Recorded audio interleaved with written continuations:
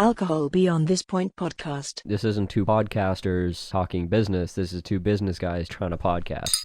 So that was 4 minutes and 54 seconds that we were recording before we actually started speaking because Tyler broke my mic stand again. Yeah. How you I doing? don't even want to fucking fight with you on this. How you doing, buddy? Willows breaks things just by the essence I of do his nothing. being. Doing pretty good. I don't know. Do you think our mental healths are inversely correlated? Probably. I feel like I'm doing worse and worse, and you're doing better and better. I mean, I'm doing fine. Like, I don't know, busy. I've got like a pretty decent work-life balance. I'm making enough money to not stress, which is nice for a change. I don't know. Wow. Life's fine. Got those red bottoms on. Life is good. I didn't need a glass of wine, but thank you. You're welcome. Well, I'm not going to drink all this wine by myself, am I? I mean, you totally would. And I got to get up early tomorrow and go to a whiskey launch. Early tomorrow being noon. Well, I got to be down there for noon. Yeah. So I got to wake up at like 10. Wow. Ugh. Wow. Ugh. I keep telling people my office hours are 11 to 11. Yeah. And they're like, what? I've been dumping calls at like 9 even though I'm up. Yeah. Just out of principle. I'm like, nope, my office hours are 11 to 11. Or I keep like, I know like bankers and government people don't work past like 4. Yeah. Like I know that. But every time they're like, yeah, can you get this done today? I'm like, yeah. I'll be home at like 10 p.m. Can we have a call then? And they're always like, no, what are you talking about? I'm like, yeah. Yeah. Just to let them know. Call me at 10:30. I work harder than you.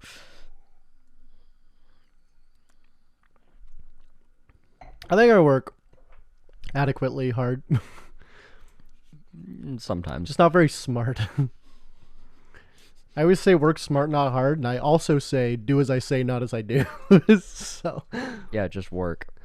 Yeah.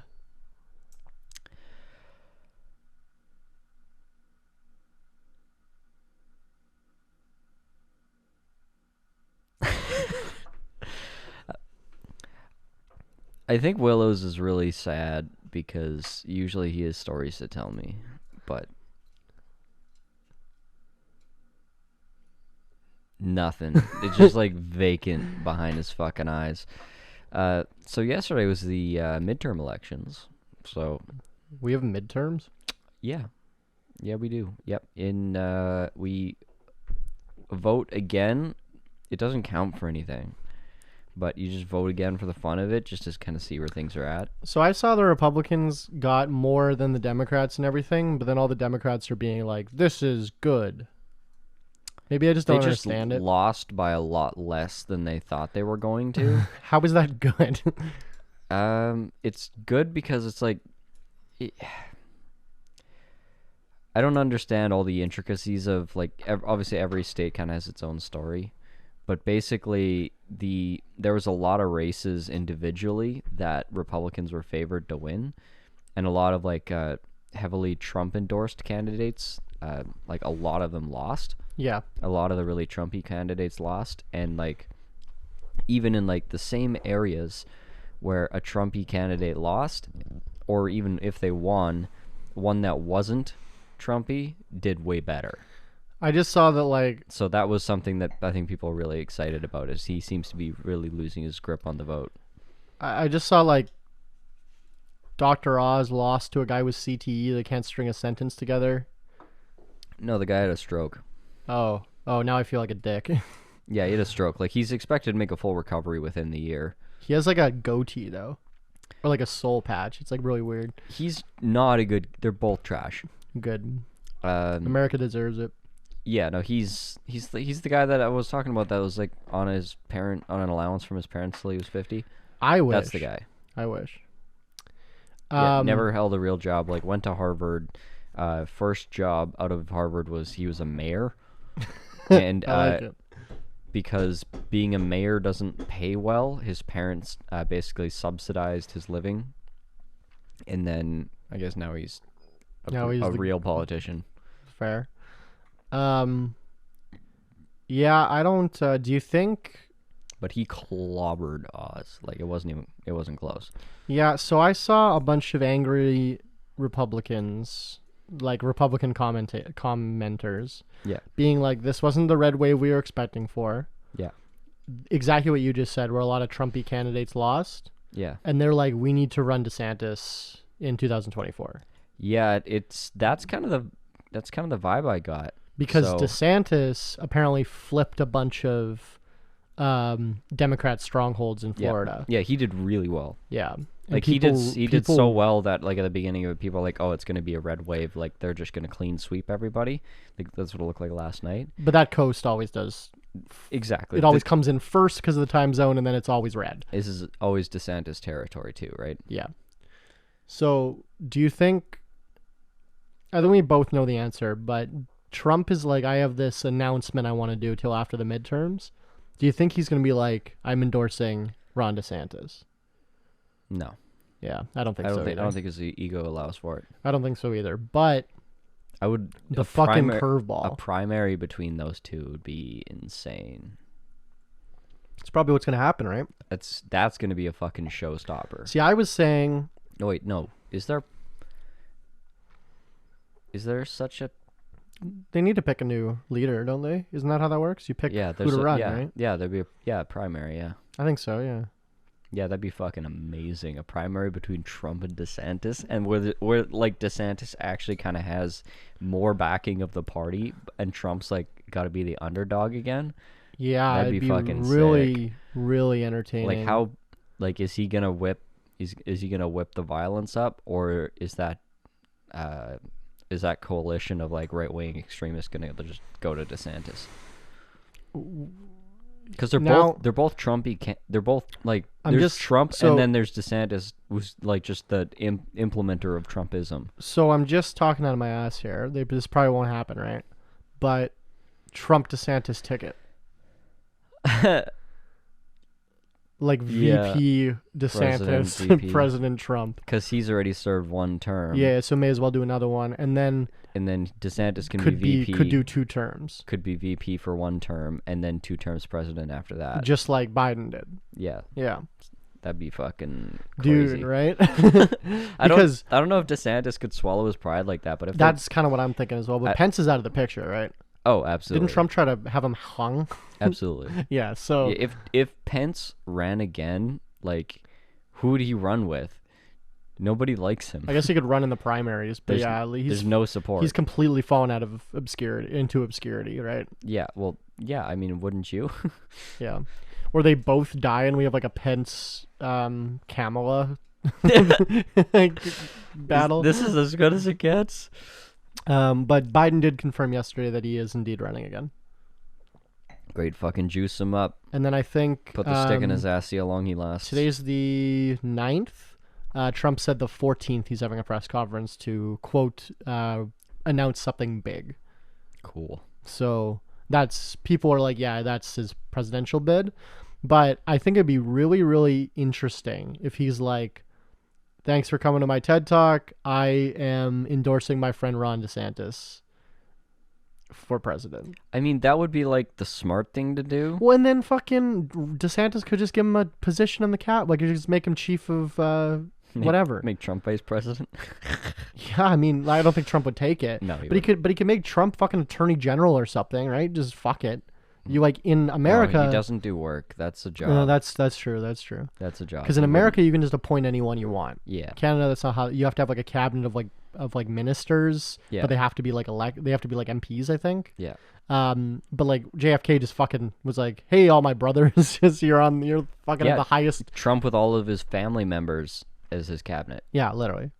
So that'd be funny if DeSantis was like, yeah, Trump's the minister of energy now, like something like. In charge of the nukes. Yeah, exactly. Yeah. Fuck that. I guess like Trump's business style doesn't really leave room for compromise. No. Right? The whole like art of the deal is like getting the upper hand. Yeah. Because I could see some business people in his position be like, okay, well, I might not win.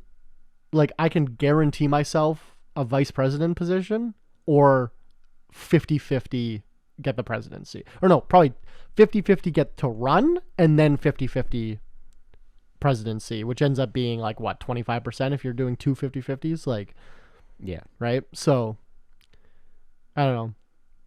The odds are... Like, do you think after this performance he still has a chance to win if he ran against Biden?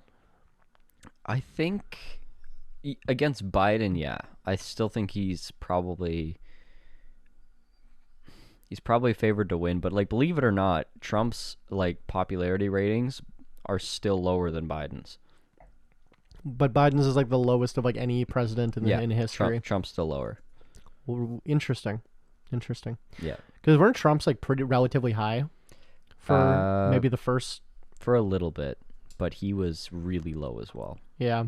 He was really just widely despised. Isn't that crazy that you can have a leader that like 30% of the population voted for, and then 20% of that 30% approve of? Yeah. Like, it's just... Yeah, like approval ratings. It's like our mayor Yeah. that just got elected with 10% of eligible voters voting for him. Yeah. Because we only had a 40% turnout, or I think it was like a 30% turnout, and then he won by like 1/3 or whatever. So like 10% of people that could vote voted for the mayor, and now does a term of being our mayor. That's democracy, baby. I haven't heard anything about him since. I've seen more Bowman tweets, like our previous mayor, than I have our new mayor tweets in the last... I'm sure he's busy.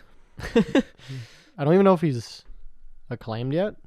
No, but there's like the transition period. Like, there's a lot of training and like getting you up to speed. And dude, I think once like you win the election, they start giving you all the same kind of information. Dude, they printed him business cards that said mayor elect. I'm like, just wait, right? Like, what a waste of... Who is he handing these business cards to? I don't know. That it needs to say mayor elect. You know what I mean? Like, fuck off. These are my tax dollars at work. Yeah, that's not free clout right there. Yeah, I guess free clout to him. It's tax-paying... tax-funded clout. That's my t-shirt of the week. Tax-funded clout. Oh my god, yes. You can buy the t-shirt of the week at alcoholbeyondthispoint.linktree.org. Yeah, that would be... Yeah, that would describe a lot of motherfuckers that people listen to, unfortunately. I think one of the revelations of like using... Revolution? We just got flagged. Revelations? Also, the end of the world? Also revolutions. A lot of American politicians use campaign funds for personal security, because apparently that's okay. I could see makes how sense. I could see how they can justify but like that. nowhere near like you just won an election, you can still use it. Like, it's nowhere near an election, not election related. It's just day to day. You can you can use campaign funds for personal security. That's a good grift. We should get into the military industrial complex. Yeah, I've been trying to for a while. But I don't have enough money. If you are a trained soldier and you've done tours and you've seen combat, like especially if you've actually like had kills, you're guaranteed like $10,000, $15,000, $20,000 a month in private security. What's that big private security company called? Blackwater. Blackwater, yeah. They have like mercenary bases and shit. Yeah, and there was times in Afghanistan where like the government couldn't go in because they couldn't get clearance. They just hire mercenaries to do it. Actually, with respect to Afghanistan, towards the end, I think it was around half, maybe it was over half of the military activity in Afghanistan was actually mercenaries, private contractors, because they would say, oh, we only have 3,000 troops in Afghanistan, but they would have 3,000 troops and then 3,000 mercenaries. I love mercenaries is an interesting like concept. I mean, it's a concept of as old as war, right? You always look into you look at like Roman battles and Carthage and stuff. It's always like the force was 18,000, cavalry was like 200,000 foot soldiers, and then like 20,000 mercenaries. Like that's, But mercenaries, what they had instead of a standing army. Who? Like Roman? Like yeah. Rome? Depends on the... Yeah, it's an interesting concept because like you get loyalty from soldiers because you brainwash them into loving the flag, Yeah. but you can't get loyalty unless you pay the highest from mercenaries, right? So it's like if somebody else just comes in and pays them more. Yeah. Like it's an interesting concept because you can never get loyalty. Yeah, unless you're the U.S. and you just always have the most money. Yeah, I guess you could always have the most money is definitely definitely a life hack. Yeah, but I guess you can always still get double crossed by some guy trying to get paid twice. Yeah. Like the whole scandal, I guess not really scandal, but recent information on how like Putin's one of his inner circle guys who's like his chef actually owns the mercenary group that's like responsible for all the worst war crimes sponsored by the Russian state. So you think this guy's actually a chef, or he's just like? No, he's like Putin's personal chef, and like makes Think his he's good? whatever is like in his. Yeah, I guess he's probably the best, and apparently he's like the main guy in charge of this mercenary company. What if he's just on Hell's Kitchen one time? That would be incredible. I'd like to see Gordon Ramsay insulting a guy Like an oligarch. an oligarch who's like also runs one of the deadliest group of war crime committing assassins in the world. The what are they called? The Wagner Group. Yeah, they're just like known as like, oh, you need some fucked up shit done? Yeah, just call the Wagner Group. And yeah, it's like his chef owns it. Which I mean, I guess when you're in Putin's inner circle, he's like, here's a company. Yeah. You're welcome. How's that Russian war going?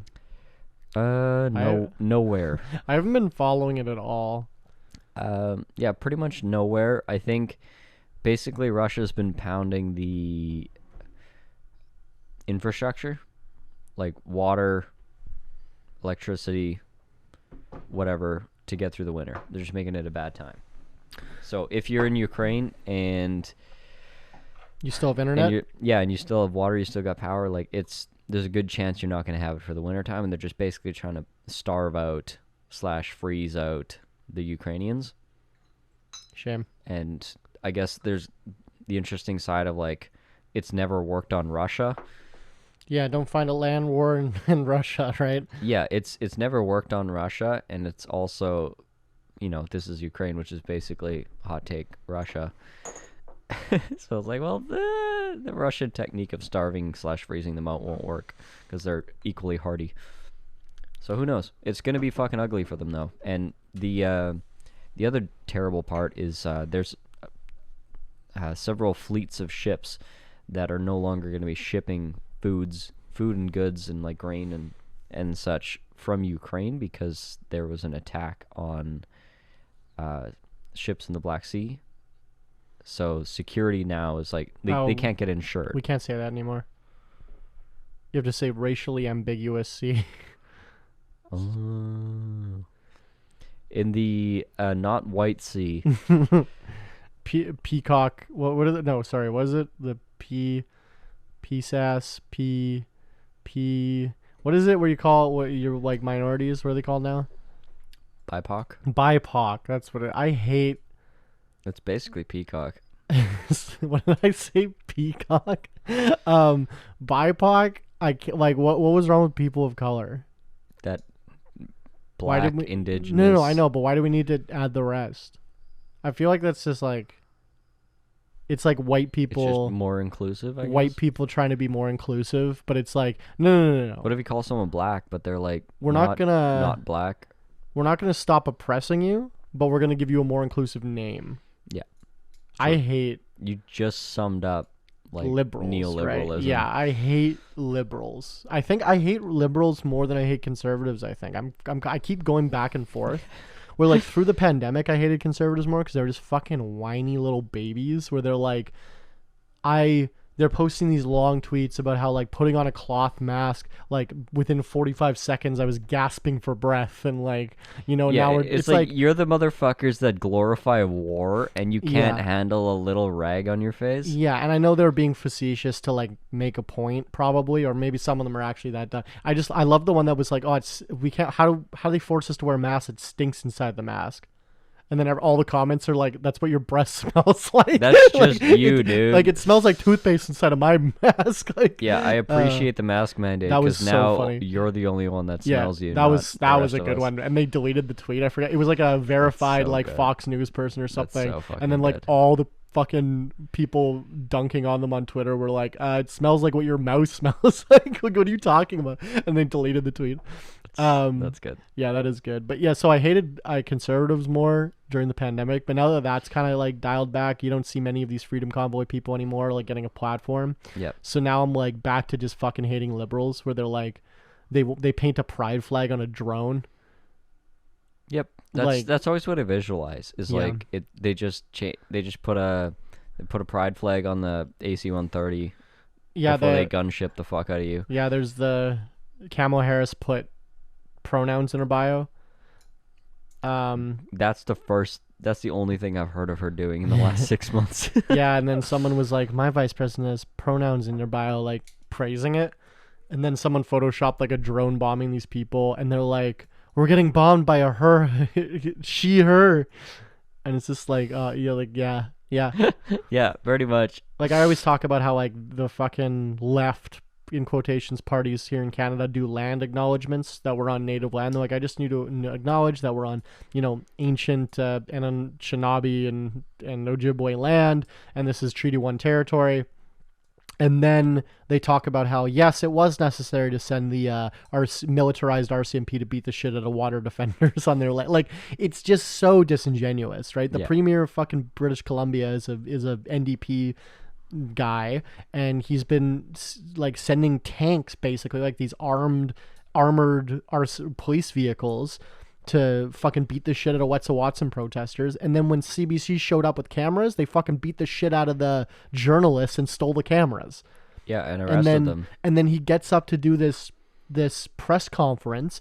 On his way to the stage, has the mask on, removes it at the podium, and then says, "I would just like to acknowledge that we're on, Treaty 1 territory," and then explains how it was necessary to use violence against these people. Like, it's so disingenuous. So And he put on the mask seconds before taking it off. Yeah, yeah. So I like, at least I appreciate a lot of these, especially these new age conservatives are like, yeah, I'm racist. Why wouldn't you be why wouldn't you be racist? White people are way better. It's like, okay, I at least see that you have like a stance instead of like, no, I'm not racist. Anyway, I'm going to beat the shit out of these native people. It's like, well, you're racist. You're just not like, yeah, I don't know what's worse. Be honest with yourself, right? Banality of evil or enthusiastically evil. I don't know. I still think people that are actually like bigots in their heart are still worse than people that are ignorantly bigots.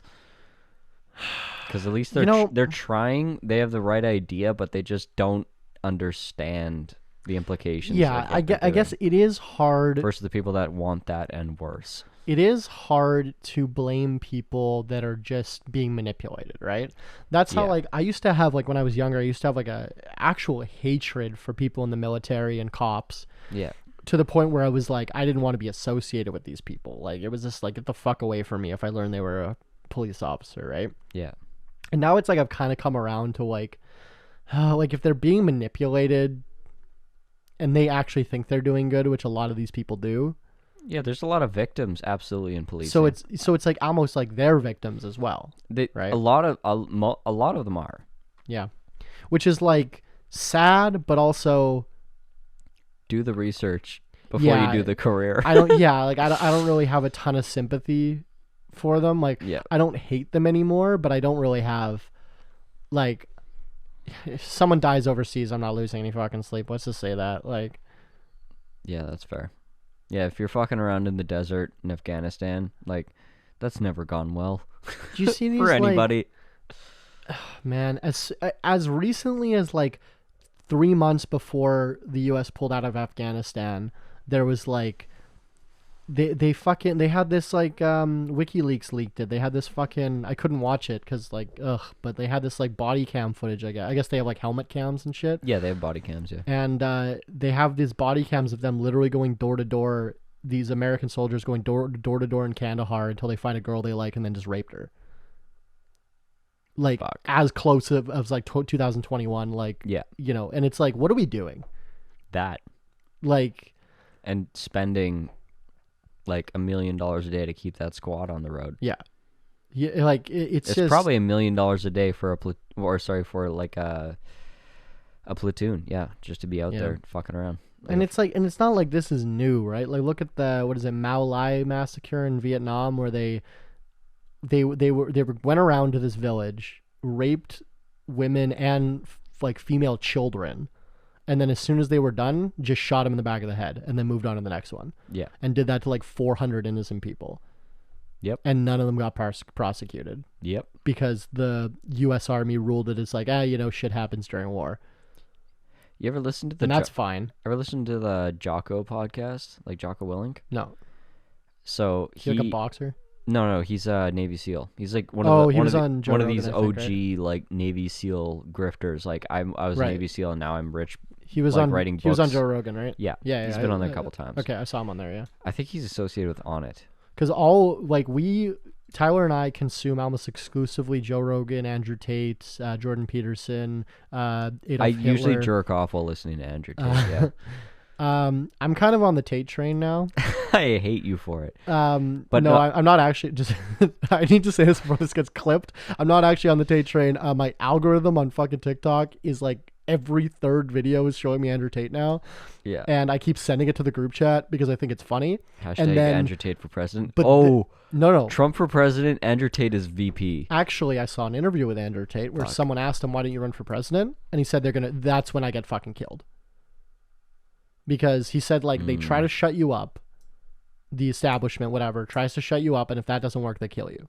Right. And he's like, right now, I got to pick my battle. Like, I'm going to get fucking assassinated if I try to run for president. And the interviewers were just like, oh, like, he's like thought about it. Yeah. But he's Don Jr.'s best friend, apparently. Yeah. Well, and then I keep thinking it's funny, so I send them to the group chat, and then the algorithm goes, "Oh, he's sharing these videos. Show him more of these videos." And now I can't get out of the fucking Andrew. Yeah, Tate and now wormhole. we are all gonna see them because we're on that group. So chat. that's why I made the joke. I'm not actually an Andrew Tate stan, but I kind of am though. I've kind of been red pill. Yeah, fuck that. What were we talking about? We were talking about the next segment, which is called Shot Caller, the part of the show where you, the that's not audience, what I can was pick the. talking Well, it's about. time for it anyway. So, you, the audience, can pick the shot that we take. Today's shot was sent in by someone named Andrew Tate. I was gonna go Polish. Thanks, Andrew, for sponsoring this episode. Tateski.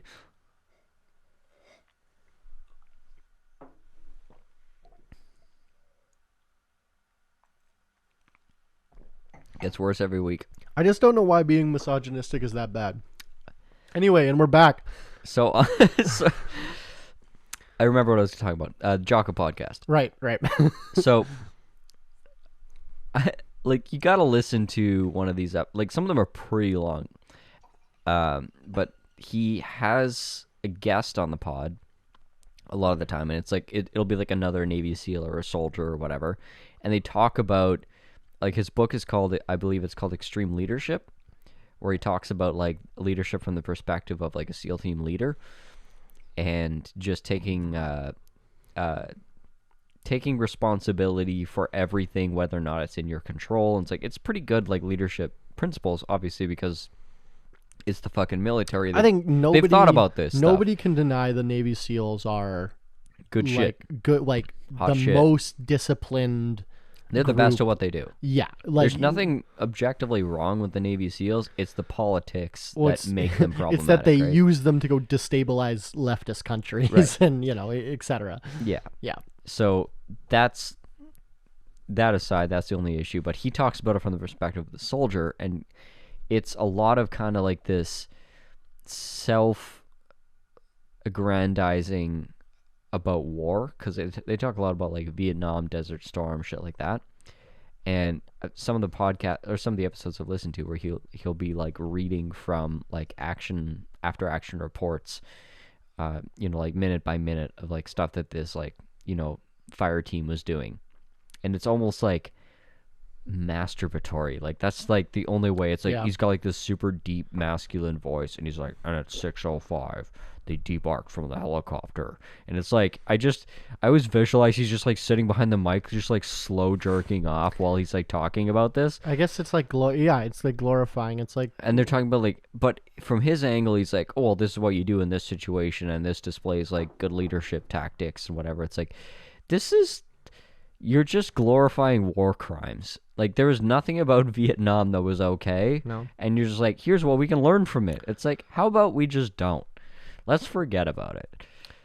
speaking of, I don't know. I'm not a soldier, but that shit bothers me. yeah, I guess like I'm just a pacifist, I think. I like the soldier that's like, I don't want to talk about it. Because that's Yeah. probably the right thing to say. Well, like most soldiers, it's like disproportionate. So fucking soldiers blow their heads off because they're yeah. like, they can't come to terms with what they had to. They're like, they come to the realization of like, oh, I was the baddie, That's, yeah. and then they can't live with it. That's right? what the show Terminalist is all about. They're Okay. trying to like fix PTSD, Mhm. and they do some fucked up stuff. Long story short, but the idea was like there's so many people dying on a daily basis from suicide, from the military. They're like, our next thing to conquer is PTSD. So they're like kind of trying to come up with a drug that would basically fix It's called that. mushrooms. Yeah, that's the irony.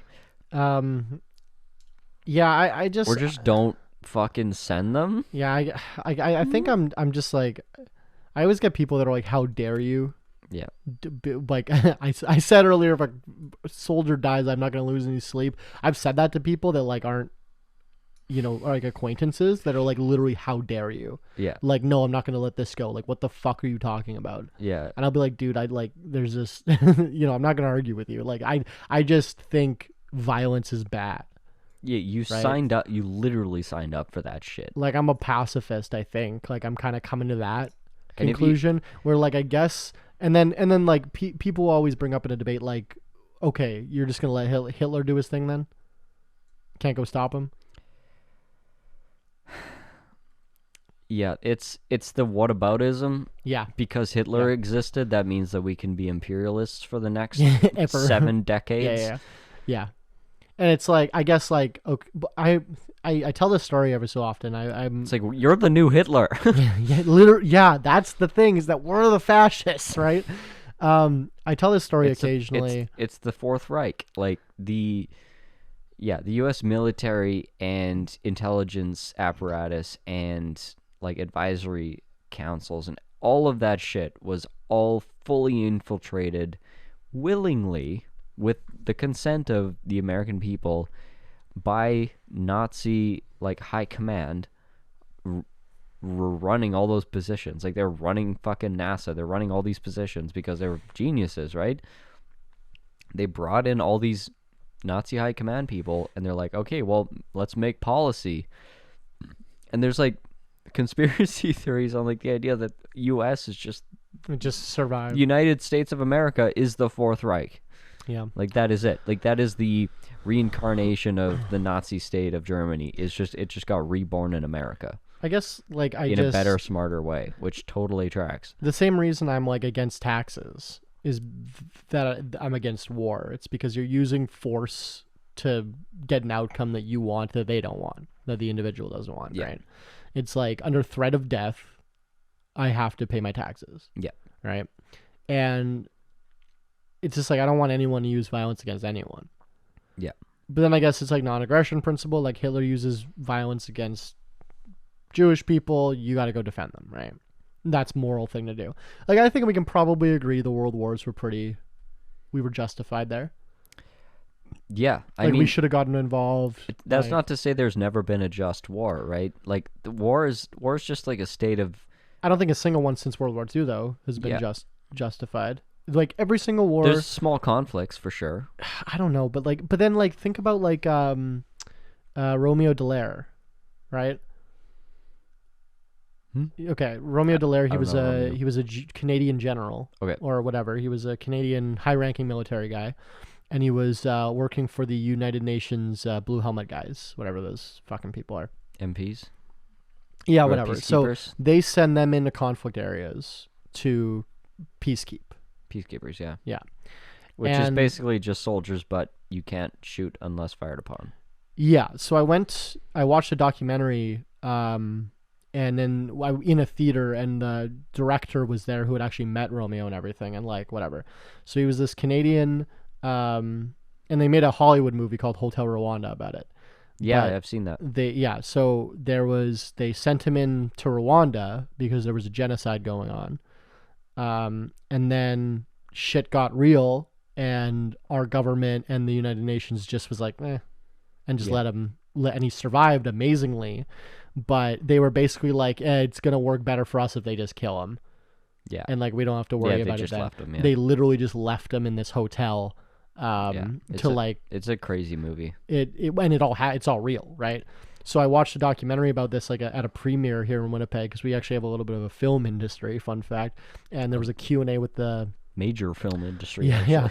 There was a Q&A with the director afterwards, and he is like, oh yeah, no, I consulted with Romeo to make this, and he was like asking him questions and stuff, and it was just like the like this was the director's interpretation, because I don't think Romeo Dallaire can ever say this publicly, really, because he'll get fucking suicided, but it was like the faith that he used to have in the system was just gone. Yeah.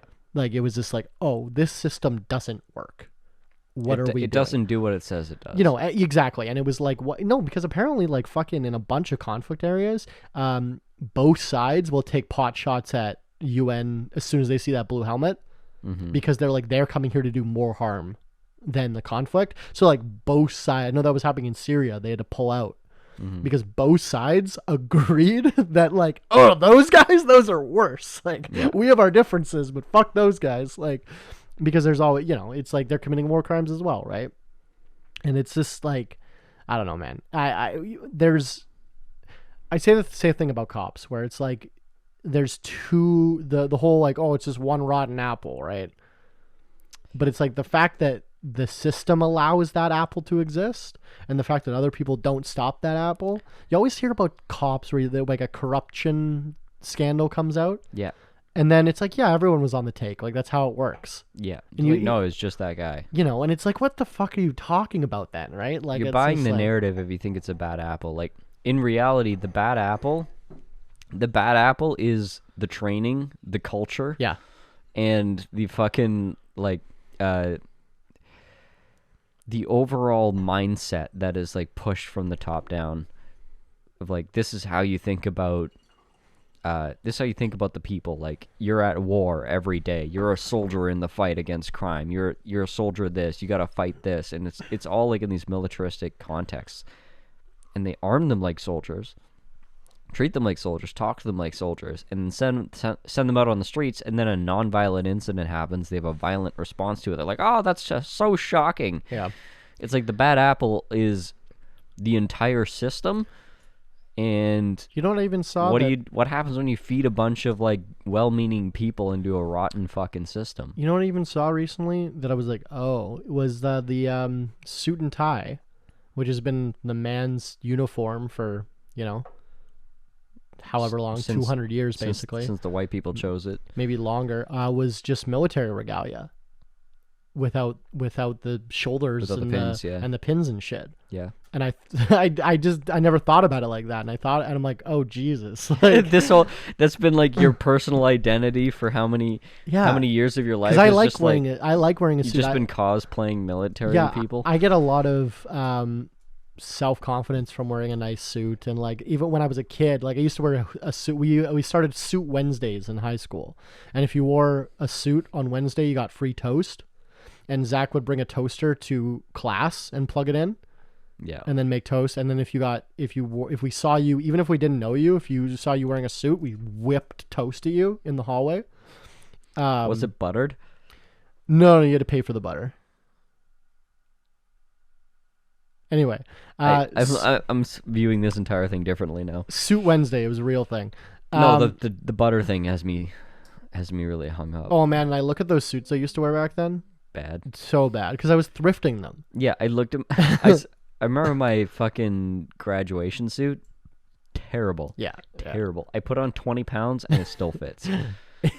Yeah. Not good. No. And that's so, all the 20 pounds I put on was like in the shoulders. Yeah. So it was like it was a fucking crate on my shoulders. Yeah, it was bad. I have a bunch. There's a bunch of pictures of me where I have these suits that are like, yeah, you can barely see they're like halfway through my hands. Yeah, like, yeah. You like you look like a kid wearing your dad's suit, which is like pretty much exactly what I was. That's pretty right? much exactly what was happening. And so I always got a lot of like self-satisfaction with wearing a suit because like I started a business when I was 18, and it was a business like I'm in the liquor industry, which is super highly regulated in the place I live. So I have like still like half my job is fucking dealing with the government and just dealing with their bullshit and going through their hoops. And so I started wearing like when I was 18, 19, I'm like, okay, let's go spend the money, buy off the rack, but then do like a tailor adjustment. There's ways to get like nice fitting clothes and suits for, a few $100. Like, obviously if you want to get a full like made bespoke tailored suit, it's going to cost you probably 600 plus, maybe 1,000 for a pretty decent one that you'll wear for years. But you can get a good, like, I learned this because I was also poor, but I wanted to wear suits. So it's like you can get a good fitted suit, fitted in quotations, for like $200-$300. You can go to a suit, like a middle range suit place, buy something off the rack, and then get them to adjust it, or do the some internet, tailoring.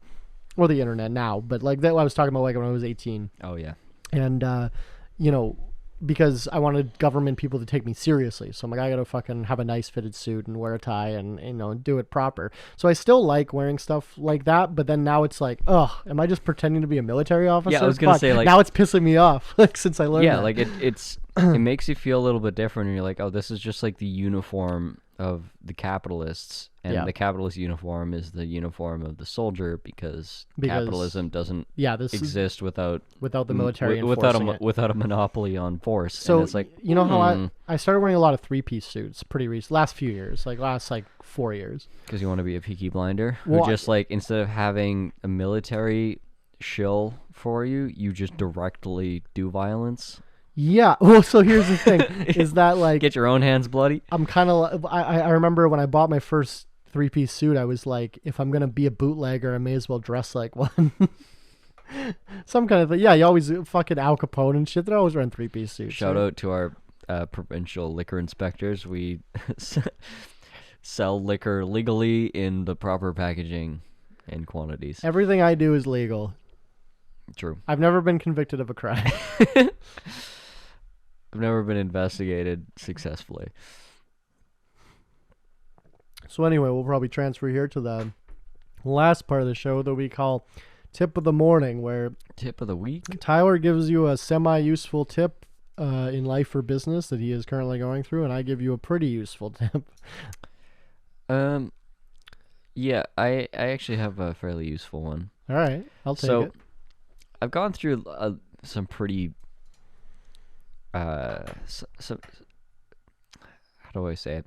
I've gone back and forth quite dramatically on this stance, where I grew up in a home where you were kind of like, don't make trouble, don't upset people, just kind of like go along to get along, and just not very assertive sort of attitudes.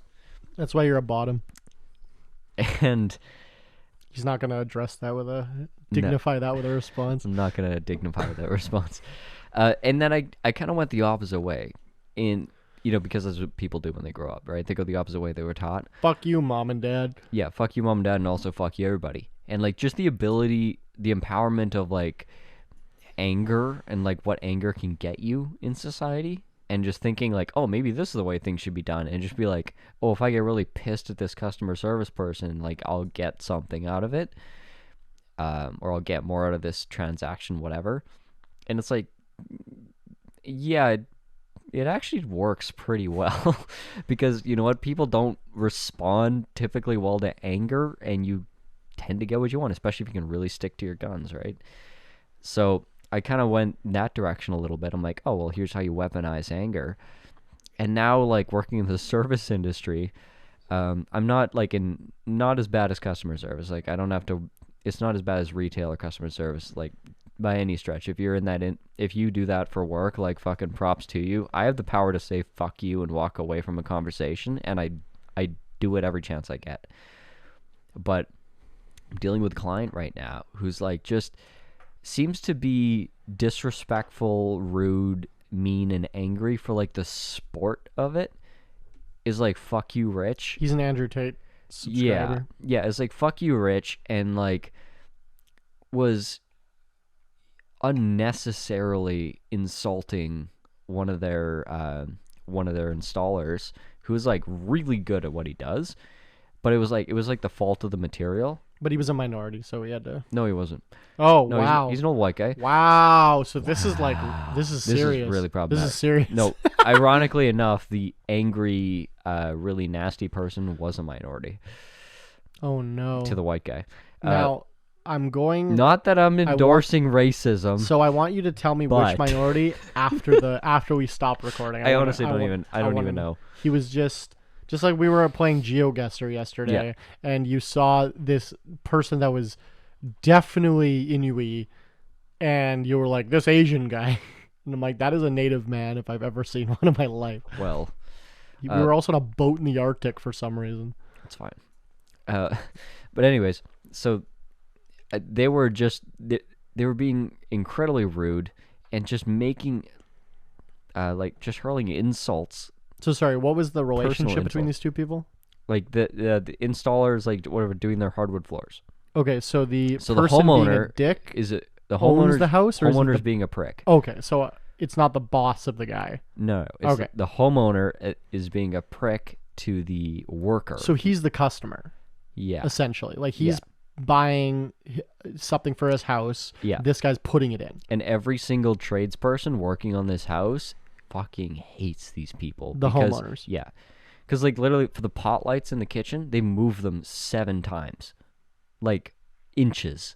They move them 7 times. The fucking lights, which means every single time they do it, they cut open the drywall, they remount them, they move the wires, they patch the drywall, mutters tapers come in, finish it off, make it look nice. They're like, no, never mind, we don't like it. Cut more holes in the drywall, move it back the other way, patch it up again, 7 times over like See, that. the metaverse will help this because you can just VR see what it will look like. But it was like they're like okay with it, and then something else would get installed, Yeah. and then they didn't like the way the room was balanced. The Like feng shui's off, Tyler. Come on. literally. Honestly, I'm kind of with these guys. I don't know what this story is, but I'm kind of like siding with these. We should fire this contractor. So what this owner said, like, so this hardwood guy he's doing the stairs, and he does these stairs like perfectly well. Like everything's cut like as far as an installer goes, he did everything right. Nothing was wrong. And the only issue was the material that he had wasn't in, like, the colors weren't as consistent as the homeowners wanted, but the homeowners picked a I was product. gonna say, don't they pick what gets installed? Yeah, they picked a product that was fairly inconsistent, had a ton of color variation. The installer has no control over that. He just cuts the fucking wood. And they didn't like the wood. They didn't have an issue with the way that it was installed. They just had an issue with the wood. And they're like, his exact words, "This looks like a fucking dog vomited on my stairs. What the fuck?" And it's like, this guy didn't do anything wrong. And are you right there? Yeah.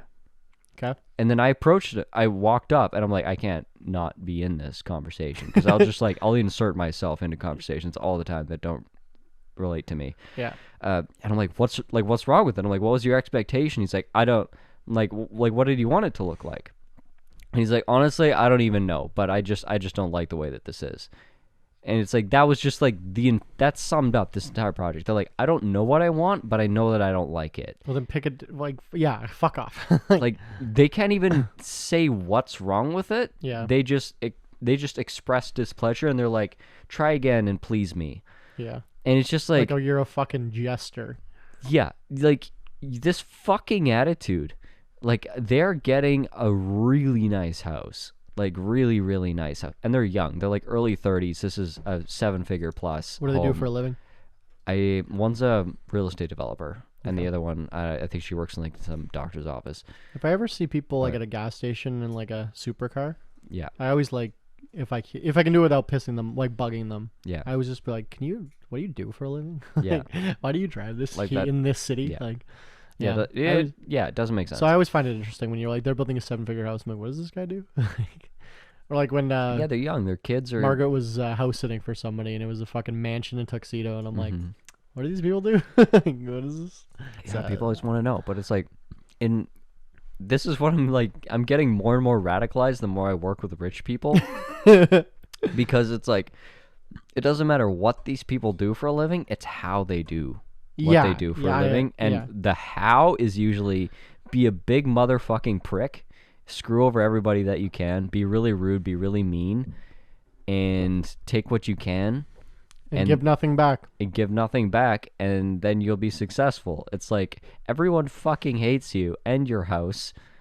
Congratulations. And I'll say the inverse of that. 2 of our friends worked at a lodge up north, where you can go and rent out the lodge and, and fish and hunt and whatever. And the richest man in Canada, and at this point he was the richest, like he was worth 35 billion, and the next person was worth like 10. Yeah, like he was like the richest by, now he's like 6th. Yeah, tech companies, man. Like, yeah, literally. Tech and Bitcoin. Yeah, well, I mean, crypto's fucking down, and so is tech, actually. Meta's down 75%. Fucking Google's down 60%. Anyway, but whatever. But David Thompson, the 3rd Baron of Fleet, shout out. I'll say his name because this is a complimentary story. He rented out the entire island because he's a fucking billionaire. And our 2 friends that worked there guided for him and spent 3 weeks with him, and said he was the most humble, nicest guy, like you wouldn't even know.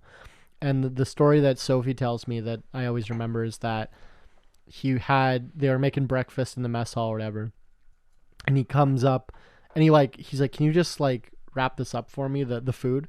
And they're like, oh, is this not good? Like, we can make you. He's like, no, I have medication I need to take. And I can't take it till 9 a.m. So I need to take it with food. Mm-hmm. So can you just that's half an hour. Can you just wrap it up? I'll eat it in half an hour. And she was about to throw it out. She's like, no, I'll just make you another one. And he was like, stop. No, I'm not going to waste your food. Yeah. I'll eat the cold food. He's like, dude, I don't care. Where you could see somebody else being like, you served me my food half an hour early. Fuck you. And throwing it on the floor. Yeah. You could see someone being like that. And then I remember the other story they were saying was he had he rented out the whole island, so he had all these rich people. Yeah. All his rich friends, right? And people were giving him because it was his birthday. So people were giving him birthday gifts, and they were like, oh, I got this rare, fucking thing that's $20,000, and they're just like, whatever. And he was just straight faced the entire time. And then this one guy got him some gag gift from a thrift store, but he's like, remember you told me that story about your dad? And he's like, yeah, so I thought you'd like this, and he loved it. Yeah. And so I just thought that was it was an interesting perspective into the mind of someone who's insanely wealthy, but you wouldn't even know if you didn't. I think there's exceptions to the rule, but also you're hearing it from the perspective of people that this person is being nice around. You got to remember that they're not nice around everybody. So I actually have a very direct story to that, because I think of last episode, I was kind of ranting about this same sort of idea. Yeah, you're a communist now. No, I just don't like assholes. And it's somehow happens that all the assholes are capitalists. The majority. Or conservatives. But I'm sorry. No, I'm not sorry. No, yeah. There's another really rich guy in our hometown here. He's in commodities. That's all I'll say. You'll know.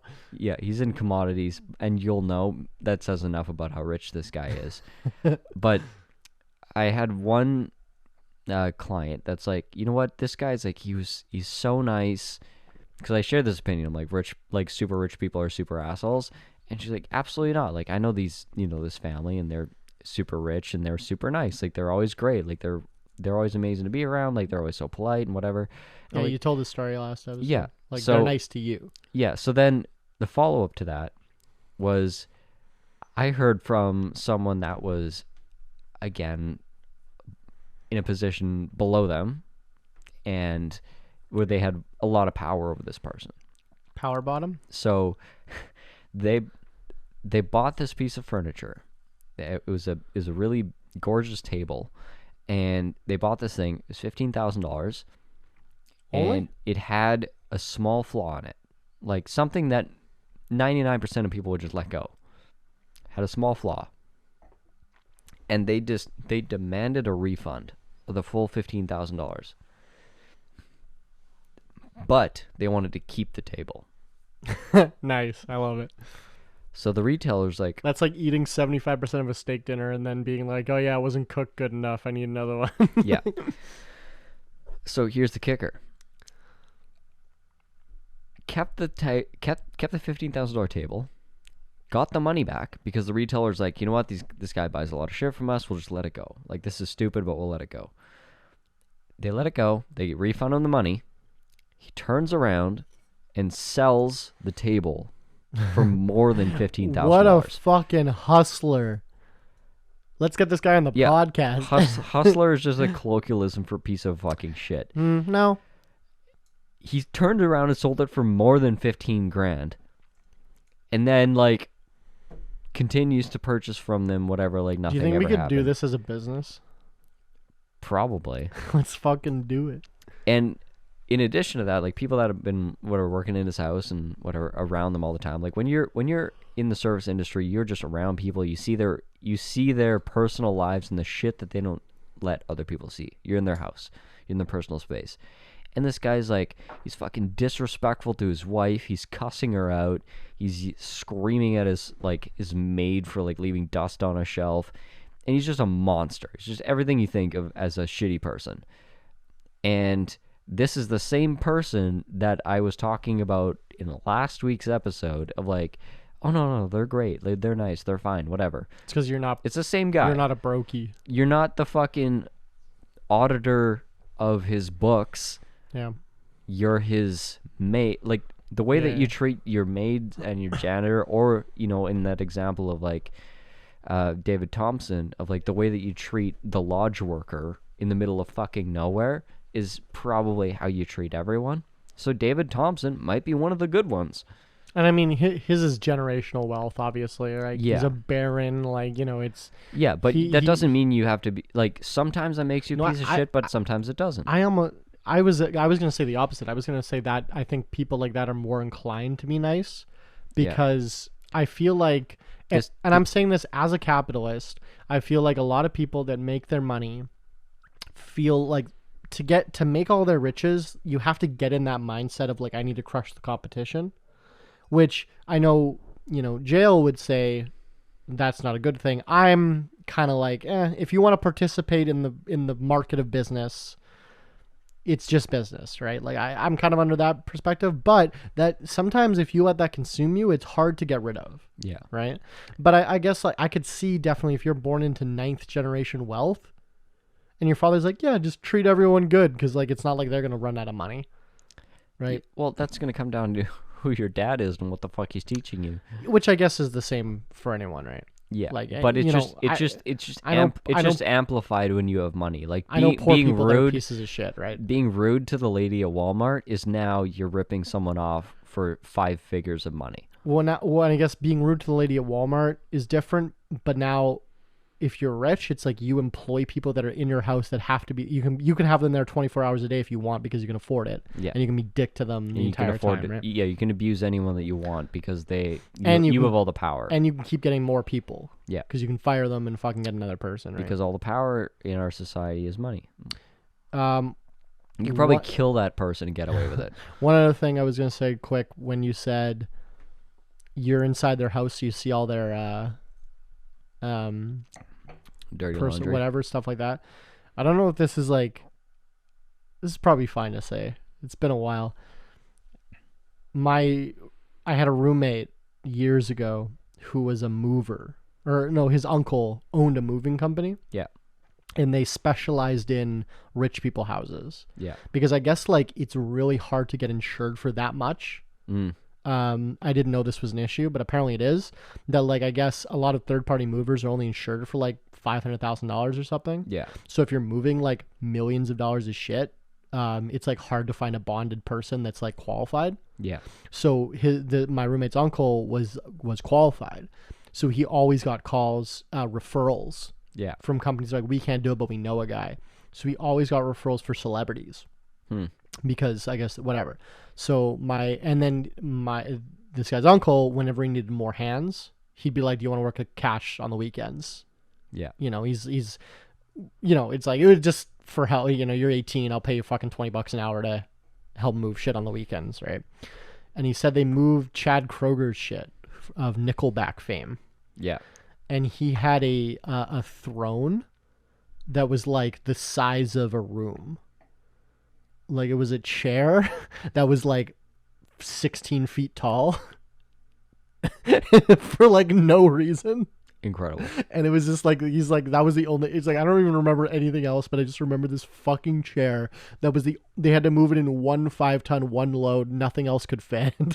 And like, he just has this chair that's like this throne with like diamonds and shit, but it's like 16 feet tall and like, like 7 feet wide, and it's just this throne. What do you use that for? That's what I was thinking. It's like, why? But it's like, yeah, that's what I would do. I'd take my business meetings on that In thing. that, right? Dude, I want a throne room. What happened to... And just all the people that are like attending the meeting sit in plastic chairs. What happened to throne rooms? Come on, that was a good... I want to do that again. I mean, if there was a throne room, you'd be the jester, probably. No. Well, I'm definitely getting you to make my office look like exact replica of Tony Montana's office. No, jester is not like... Can I wear the hat? A jester is one of the most powerful people in the kingdom because they're the only person that can mock the king. You can mock the king without getting killed, but then if you don't make him laugh, then you get killed anyway. True.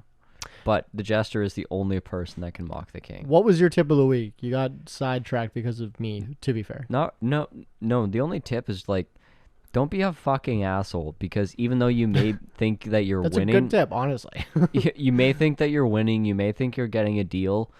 It's just, you're going to alienate everyone around you, and like, levels down, you're just going to make people's lives suck. And until you run into like a motherfucker like me that's just going to hang up on you and make you eat your own shit, like, you're just going to think that you're winning all the time. Yeah. And if that's your style of winning, just fucking check yourself, because like, just doing damage to people is no kind of victory. I have a bad habit, and you can get I guarantee you, from this is the final part, as a service worker, I guarantee you can get a better result by being a good person. Honey and vinegar, right? Yeah. I have a bad habit, and I'm working through it in therapy, but I have a bad habit, especially when I'm drunk, of being a dick to people because I'm insecure about myself. So I feel like I need to be superior. Be aggressive. Because if I'm not superior to people, then I feel like I haven't accomplished anything and like my life is meaningless. Right. I'm oversimplifying it, obviously, but like, that's kind of like, I just remember when we were in Mexico and I was being a dick to those random people at the bar for no reason. Oh, when I was like blackout drunk. Yeah. And I literally look back at that now and cringe. Yeah. And I'm like, why was I so angry? Yeah. Like, but I remember we met these Canadians at the bar in Mexico, and I basically said to the guy, like, we were talking about my winery, my business and everything. And then I basically said to him, like, what have you accomplished in your life? Like, being a dick about it. And now I look, I'm like, why did I even say that? Like, because I'm not usually, especially with strangers, I'm not fucking aggressive like that. I think it was just like, my brother had just died like, months before that. And I was just not in a good mood. But there's a couple situations like that where especially when I'm drunk, where I'm just like, I look at it later and I'm like, oh, okay, why? Like, because it's like rational me doesn't need to feel like that to people, but I guess it's just like I'm insecure about it, right? Like, where I'm like, I feel like, even though I get people that are like, oh, like, look how much you've accomplished, I have this like whatever. Well, I have what is it called? Not delusions of grandeur is the opposite thing, like where I have this imposter syndrome. Yeah. Where I feel like I don't deserve where I'm at, or what like I don't know. I have some mental illness, I think. My brain's a little bit... Who doesn't? My brain's a little bit spicy, and I'm working through it in therapy, just to let you know. But that's something I don't like about myself, is that I take that aggressive, defensive stance with people. And I think also, like... I don't even... Because I was blackout drunk, so I don't remember. But I bet he said something that set me off that, like, he didn't even know he said. Yeah, no, there was. I remember the conversation. Like, there was something that was inciting, but it wasn't. It was inciting from your perspective. From theirs, it was nothing. Yeah, yeah, no, I shouldn't. Yeah. I wish I could apologize. I went overboard. I shouldn't have done that. But like, just interesting to see myself, because I don't get, like, when I'm drunk, I don't get violent ever. Yeah. Like, I would never hit somebody. I would, like, because I know people that fucking get... Well, that's the biggest thing, right? Is you get drunk and fucking slap your wife around, right? I never get... That is the biggest thing. Is you should try it. Yeah. But I never get violent like that. Like, I would just never. But that side of me, I don't like. Yeah. And I'm trying to fix it. And I didn't... And then I guess it just stems from, like, I don't think I'm adequate. Yeah. So I need to, like, aggressively either prove to... And then when I feel like I can't prove to someone that I'm adequate, then I need to belittle them. Yeah. I guess. Like, I'm trying to rationalize that. And yeah, that's what really pisses me off about people that are just, like, overtly assholes, because I remember going through a phase of that in my life. Yeah. But it was like, I went through a phase when I was like 22, and I got over it in 9 months, I think. I go through waves with my mental health where it gets bad and then good and then bad. Yeah, but like, just that particular attitude and way of handling people that I had, like, it was pretty short-lived. You know what's funny is and it's just like, and when I see someone who's like a grown-ass person running a successful business, and I'm like, oh, you're still stuck in this fucking mindset. And that just is so much more infuriating to me, when I'm like, I can see where they're coming from, and I can kind of empathize what's going through their head, and it just makes me dislike them more. I don't know if he ever has said this to you, but Jail didn't like you when he met you. For like months. I don't think we've talked about it, but that doesn't surprise me. He always tells the story where we had that first backyard party where you two met, and he said you were just being full of yourself and being a dick. And I'm like, I get that tracks. I get where you're like, I get Tyler's sense of humor. Yeah. That I get, like, you wouldn't have had it come across to you. I could see him. Yeah, like, we definitely have personalities that would clash if we didn't know each other. Yeah, because he said you were being condescending to him. Yeah. And apparently he did not like you for, like, months. Yeah. Like, which is interesting. But my tip of the week, we got really sidetracked there. But you know how I was like, I'm a bootlegger, I'm going to dress like a bootlegger? Mm-hmm. When I was doing Suit Wednesday, there were people, because I was friends with everyone in high school, all the different groups of people, because I would just make friends with it. Like, everyone, well, okay, no, I was gonna say everyone liked me. No, a lot of people hated me, but I had friends in every group in the school, and I had friends, or whatever, acquaintances, friends for the purposes of high school. Haven't talked to them since, but, you know, we were friends in high school that were like, that would have participated in Suit Wednesday, but they're like, I can't come to school in a suit. I'll get fucking made fun of. Mm-hmm. And, like, my group of friends that I hung out with every day, we didn't give a fuck. Yeah. I don't give a shit. Like, we were not, like, I wasn't even thinking of, like, now I'm looking back, I'm like, oh yeah, I didn't give a fuck about, like, what other people thought, but, like, back then, I don't think we even recognized that people had thoughts about us. Yeah. I was like, I don't, like, this is like, I just did what I wanted. It's just a thing we do, yeah. I didn't think about it. But I remember having people that were like, well, I would, but, like, if I don't wear my skinny jeans and my fucking hoodie to school, then, like, girls aren't going to talk to me. Like, wearing a suit's gay, so I don't want to fucking, you know, it's like, whatever. True. And I remember, like, before COVID, so it was a few years ago, but I was at a club, which I don't often go to, but it was for a concert. So, but I was at a club. I got hot. Went out on the smokers patio, and I met somebody who I was just like, I was talking to a couple, like, random people. I think I was on drugs. I was talking to random people, and someone was like, "Hey, did you go to Miles Mac?" I'm like, "Yeah." She's like, "Willows, right?" I'm like, "Yeah." And then she's like, "I remember you because of the barbecue you had across from the other barbecue, which was my claim to fame in high school." Yeah. And then the Suit Wednesdays. And this was like 4 years out of high school.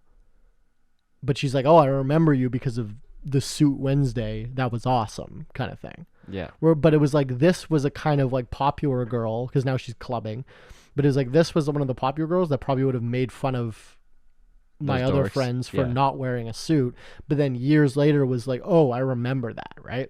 They don't remember your fucking skinny jean fucking famous hoodie. So my tip of the week is, fuck it. Just do it. Like if like if you want to be like somebody, like I'm like, I want to be like a bootlegger, just do it, right?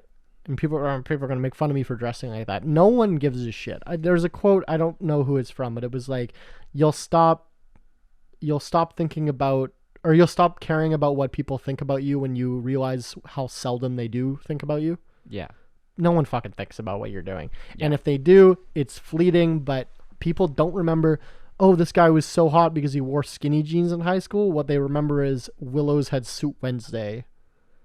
And I think that's, like, honestly, like, the area where I grew up in Winnipeg, like that northeast kind of area, those liquor stores sell a disproportionate amount of my wine. Like more than their, like if they're ranked 10, I'm thinking of the Northdale Liquor Mart, it's ranked like 10 or 15 in province-wide Liquor Mart sales, but it's like 2 or 3 for my product specifically. Yeah. I can't help but wonder if that's a lot of people that are like, fucking Willows did it. He pulled it off. He fucking did this stupid fucking shrugging doctor thing. It doesn't take that many people. Yeah. So every so often I wonder, I'm like, who's buying this? Because like every so often I'll have someone on Snapchat that I knew from high school that I haven't fucking talked to since high school send me a snap and they're drinking my bottle at a party. Yeah. And I'm like, oh, thanks, bro. Like, I remember the first like bunch of snaps that you got, and like we saw that where people just repping your products out in the wild. It's like, this is cool. Like people that you don't know, buying your shit. And ever so often I'll see someone that I haven't seen in years, and I'm like, oh yeah, I drink your shit all the time. Yeah. And it's like, that's a weird, especially because like high school is so cliquey and like fucking people didn't want to associate with me even though they thought I was funny, because they didn't know what the social implications of hanging out with me would be. Yeah. Now it doesn't matter. Now it doesn't matter. Yeah. One of my former teachers in high school apparently had one of my articles framed in his classroom. I'm like, okay, sure. You didn't help me do any of this, but whatever. Yeah. But yeah. I did this in spite of you. Literally, because you didn't believe in me. Literally for the spite. Yeah, I did this. Yeah, I'm going to try and get one of my friends. I would consider him a friend still. I talk to him every so often. He's on the alumni association for my high school. Yeah. I'm going to try and get to speak. Yeah. Yeah. Do a fucking commencement speech. That'd be good. And then I'll fucking go rogue. I'll go rogue right at the end and be like, fucking drop out of school. It's not worth it. And they're dragging me off stage. Yeah. Yeah, I'll fucking go rogue, get banned from it, but yeah, fuck the police, fuck capitalism, yeah. Fuck your jobs, fuck school. Yeah. Yeah, and get fucking tackled. Yeah, that'd be great. Anyway, this has been Alcohol Beyond This Point, episode 92. Tyler is the name of the guy, and Willows is the name of the man. Excuse? You can just follow us or whatever. Instagram's pretty much the only active one. But if you want to buy some wine, shrugdot.com, shrugdoc.com. If you want to buy some wine in Canada, I'm going into my slow season right now, and I really need the money. So please let me pay my rent. Buy some wine, please. I really appreciate it. Goodbye. Yeah, buy his wine. I don't need money. Thanks, Tyler. Or work. Yeah, if you want to get a house built, move to Winnipeg, Don't call me. And then call Tyler. Don't call me. Yeah, bye. Alcohol Beyond This Point podcast. This isn't two podcasters talking business. This is two business guys trying to podcast.